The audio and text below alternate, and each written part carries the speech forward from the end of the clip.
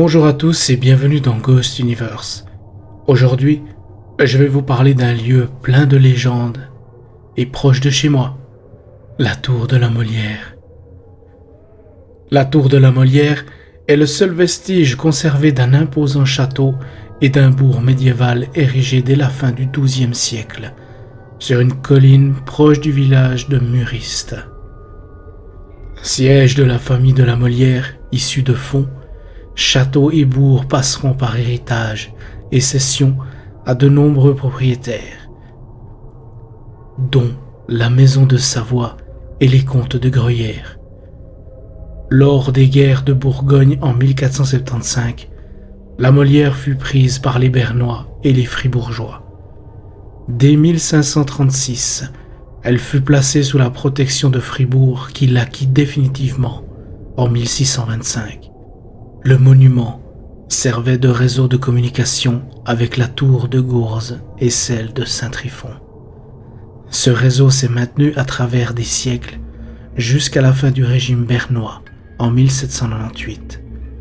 Abandonné, puis détruit petit à petit, le château et le bourg autour de la tour de Molière finissent par être exploités comme carrière dès le XIXe siècle.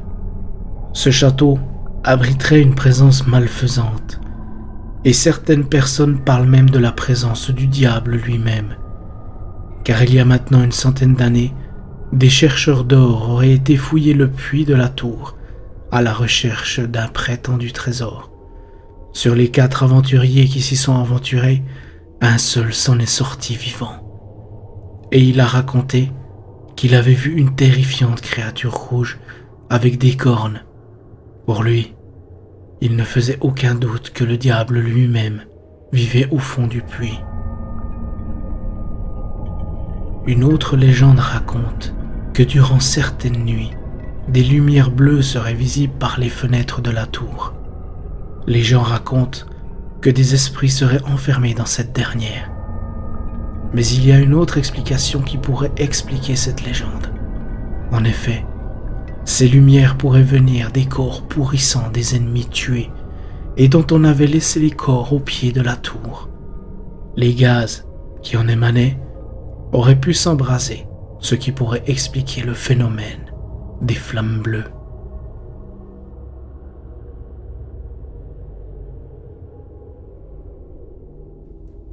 Une autre légende raconte que Jeanne, la fille du seigneur de Molière, entrait encore ces ruines et que parfois, il serait possible de l'entendre pleurer sur les crimes atroces et cruels que son père avait commis sur ses servants. Ce dernier éventrait ses serviteurs pour se réchauffer les pieds dans leur corps encore chaud.